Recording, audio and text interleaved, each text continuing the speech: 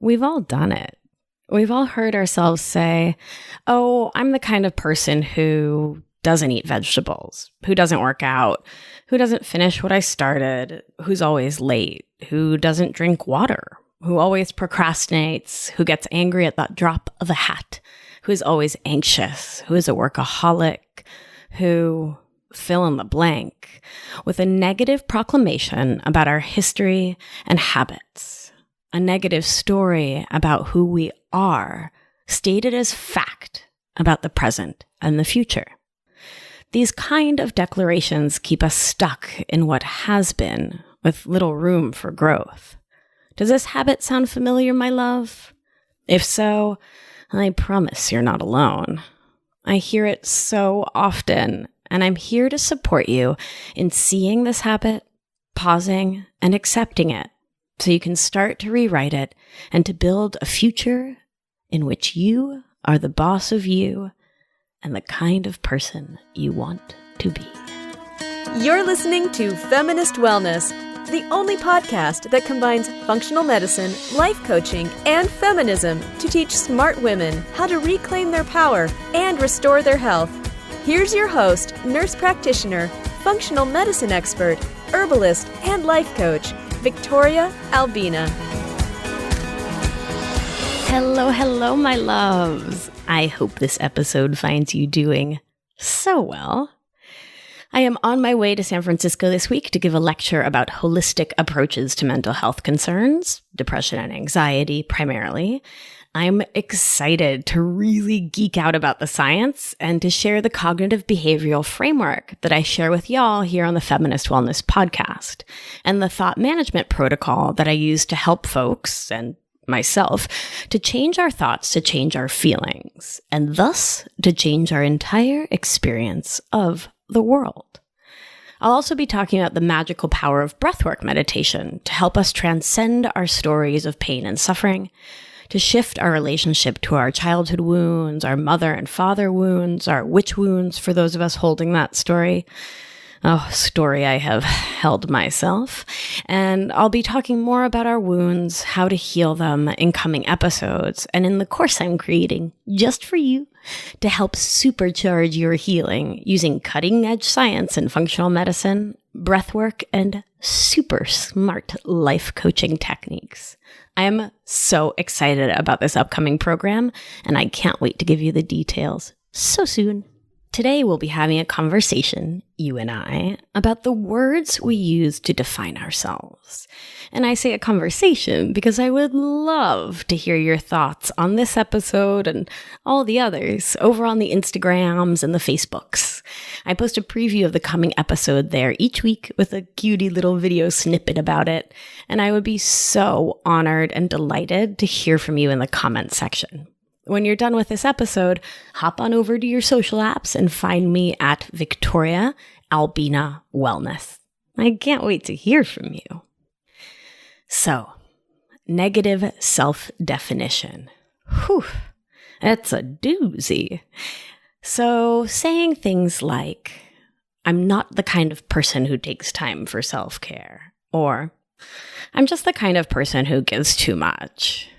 Ouch, like it hurts my tender heart just to say it out loud. When I hear my coaching clients and the folks I love say these words, I invite them to pause. Here's why. I respect them and you too much to believe that they are inherently the kind of person who does pretty much anything, especially something negative, because I have deep faith in people's ability to change pretty much any behavior and self-defeating thought pattern. The reason I respond so strongly to that language is that I know just how disempowering it is. If you tell yourself you're an angry person, you're going to keep being an angry person.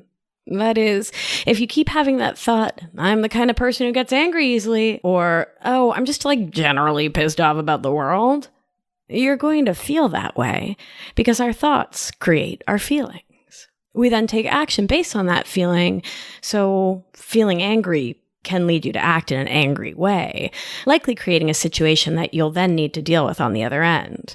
Likely being angry at yourself for being angry and grumping at someone. If you're having the thought, I'm just a depressed person, and walk around telling that story, you're reinforcing that story in your own being and will feel the weight of that declaration. You are reinforcing your own habit of feeling depressed by telling the story that you're the kind of person who is oft depressed. I'm not saying to ignore the feelings in your heart and body, always quite the opposite, but rather I'm saying that by declaring you are a certain kind of person, you are leaving yourself no room for growth. You're giving up your agency, and you're basically declaring that you are powerless to change your own experience of yourself by changing your thoughts. Even with something as banal seeming as saying, I'm not a water drinker, or, oh, I'm not like a vegetable person, you're breathing that story into existence, giving it strength, and limiting your own options for growth from jump. Does that habit serve you, my love? I must say that I doubt it. When you stop to think about it, each of us has very few truly immutable, unchangeable traits. For example, I'm 5'3" 3/4 tall. I can't do much to change that. Okay, well, I guess I could do like Pilates or something. But stay with me. I can't do much to change my height as a fully grown adult human, or that my eyes are brownish hazel, or that my hair is naturally a shade of dark brown. For now, nature will make it all white someday, goddess willing. But there's a whole universe of things that I can change about myself, should I choose to. For my Romance language speakers out there, I'm talking about the difference between ser and estar in Spanish, je suis and j'ai in French. Yo soy de Mar del Plata, Argentina, the unchangeable fact of where I was born, versus yo estoy en Brooklyn, because in a week I'll be in San Francisco, and when you listen to this, I'll already be back. So to posit changeable habits as yo soy, and in a not Argentine accent, yo soy, meaning I am in the fact way, is robbing yourself of an opportunity. I've even seen people change behavior habits that we often think of as inherent, such as being shy or introverted, by changing the story they were telling about themselves from yo soy, or yo soy in my accent, to yo estoy, or yo estoy, again, Argentine over here. If we want to build the life of our wildest dreams, it behooves us to get clear about what things we truly cannot change and what things we can change, even if that change seems really challenging. So too, we can focus on trying to change the things that are unchangeable, and that can lead to an awful lot of heartache in a different direction. Today's focus is on the things and the stories we can change, and I'll be talking in an upcoming episode about the things that we have no control over, namely other people, places, and things. I digress, but let's be real, what's new? Anyway. So my loves, language matters and plays a huge role in what we view as changeable and what we think of as a fixed trait. When we tell ourselves we are the kind of person who, our brains believe us because neuroscience.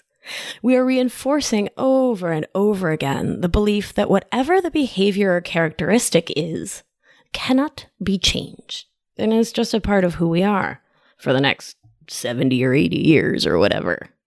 Our brains are already prone to focus on the negative for the sake of survival and evolution.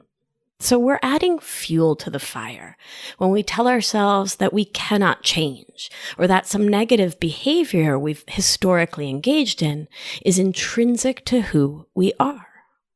Here's the good news. Our brains also believe us when we tell them, I'm the kind of person who is building the habit of working out.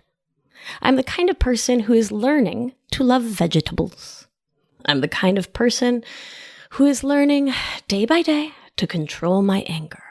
the kind of person who meditates for 5 deep breaths a day and then 10 deep breaths a week later, onward and upward. Studies of cognitive behavioral theory have shown that new scripts, the stories we tell ourselves, can actually rewire our brain, a topic I talk a lot about because it's been life-changing for me. Neuroplasticity is so frickin' amazing. We can essentially train our brains to think and feel in new ways. By telling ourselves new stories and managing our thoughts, we can manage our feelings and ultimately our behaviors. With new behaviors, we'll have new outcomes, and look at you, Tiger. One day closer to the life of your dreams. So let's go through some steps that can help you on this path. The first step is noticing what stories you're telling yourself about who you are. We can only change what we can observe, says the super nerd. So it all starts with being our own watcher and getting real about the thoughts we're habitually choosing to think about ourselves and the world. Just like you may not know that you have cucarachas in the kitchen until you turn the lights on late at night, which is like the most New York example ever, so too you need to turn the lights on to your own ingrained patterns of thinking and acting before you can change your worldview. Many of the scripts we run in our head are so old and familiar, they are like the air we breathe. We don't even see them. That's where coaching and practices like breathwork can really help. As a trained outside observer, a good coach can help you uncover those stories and bring them out into the light of day. Another critical step is learning to pause. When you hear yourself thinking or saying, "I'm the kind of person who," simply pause, take a breath, notice that you're doing it. By creating just a little space, you can then ask yourself, how is this story making me feel? Is this thought, this story, really in my best interest? Does it serve me? Or can I tell another story? What thought would bring me more peace and happiness? If peace and happiness is indeed your goal. Meditation and mindfulness are such easy, powerful tools for learning how to pause, observe your own actions, and give yourself the space to make more deliberate choices. It's all about learning to move from unconscious to conscious thought, to get clear on your own stories, to be your best ally in healing. Another important step is to figure out how these old stories have served you in the past. Often we hold on to stories because they have worked for us on some level. You're getting something out of telling yourself that you are the kind of person who, or you wouldn't do it. You're too smart for that. A lot of the stories we hold on to about who we are developed in childhood as survival strategies to cope with whatever our families and the world threw at us. They worked brilliantly to protect us then, but may not be as helpful now. I'm doing a whole episode on the concept of adaptive and maladaptive behaviors. Doesn't that sound fun? So keep your ears out for that one. Foreshadowing. Sometimes our stories about who we are become intertwined with and cloaked in something that seems positive on the outside. For example, maybe you're telling the story that you're the kind of person who goes above and beyond the call of duty at work. While that may ostensibly seem like a good thing on the surface, underneath that drive to work, there may be a whole rat's nest of issues about control, self-worth, the ways you value yourself and your time, or not, that may be causing you unnecessary stress and unhappiness. And the time you spend doing extra work could very well be interfering with your doing things that serve your goals or your spirit or growth more, like moving your body however works for you, getting enough sleep, attending to yourself, and not proving your value or attempting to do so by calling yourself the kind of person who puts others before herself, who takes care of her family first, who makes sure everyone is happy before she thinks of her own joy. Once you have begun to cultivate this awareness of your thought habits, it's important to hold and create space for acceptance before you try to change the story. The goal here is not to rail against this new awareness, not to fight the fact of your thought habits, because that will just create more tension in your body. So you call yourself a lazy person or a procrastinator, someone who couldn't possibly give up coffee even though she has wild and wicked heartburn, Boston accent, hatburn. Did you like that? All right, so cool. You did those things. You were mean to yourself. You did that. You said that to yourself and anyone who would listen about you. Okay, that moment has passed, my love. Accept it. Embrace it. Own it. Getting mad at yourself for it doesn't serve you and keeps you from moving on and through it to change and growth. If your thought is, it's sad that I was so mean to myself for all those years, and that leads you to feel sad, then by all means, my beautiful, perfect love, feel that. You can feel sad about it. That's okay. If you have the thought, I'm so angry that I wasted so much time self-sabotaging, then feel that anger. Feel it in your bones, in your muscles. Cry about it, scream about it, feel it, name it. And when the energy has moved through you, make like a gazelle and give your body a good shake. Go for a run or take a dance class. Find someone, human or animal, to consensually hug and connect with. But please, remember to do something to complete the stress activation cycle. And if you're not quite sure what I'm talking about, that's okay too. Go back and take a listen to episode 17 when you're done with this one. I go into a lot of detail there that can help you to release stress and tension in your body. An important thing when we're coming to terms with our history, which can create quite the sense of tension in our body that it behooves us to release. And when you're done with that process, know that you get to create a new story about your past too. Your past is past. It is unchangeable. And the story of your past is the story that you choose to tell about it now. I used to have the habit of running late. Can replace, I'm just a late person. I'm just always late. If being late is getting in the way of living your best life. Coming to understand your stories and how you've been using them, whether to feel like a protection for you or to guard you against disappointment, to justify your behaviors or actions, to keep you stuck because change is really scary and so completely worth it, it turns out, is part of the process of transforming those stories. When we are able to see our own false protections, when we're able to watch how our mind works, rather than embodying or living inside the thoughts, we have the freedom to create change. For most of us, changing patterns of thoughts and behaviors gets to be a daily practice. It takes daily dedication to journaling, meditating, breathwork, watching our thoughts, attending to ourselves, even if just for a few minutes a day, plus a boatload of self-compassion as we practice over and over again, telling ourselves new stories and acting in new ways. The real beauty in freeing yourself from the story that I'm the kind of person who is that you open up the radical possibility of self-transformation. When you stop telling yourself stories about the kind of person you are, you have the power to become the kind of person you want to be. It is no longer preordained in your own mind.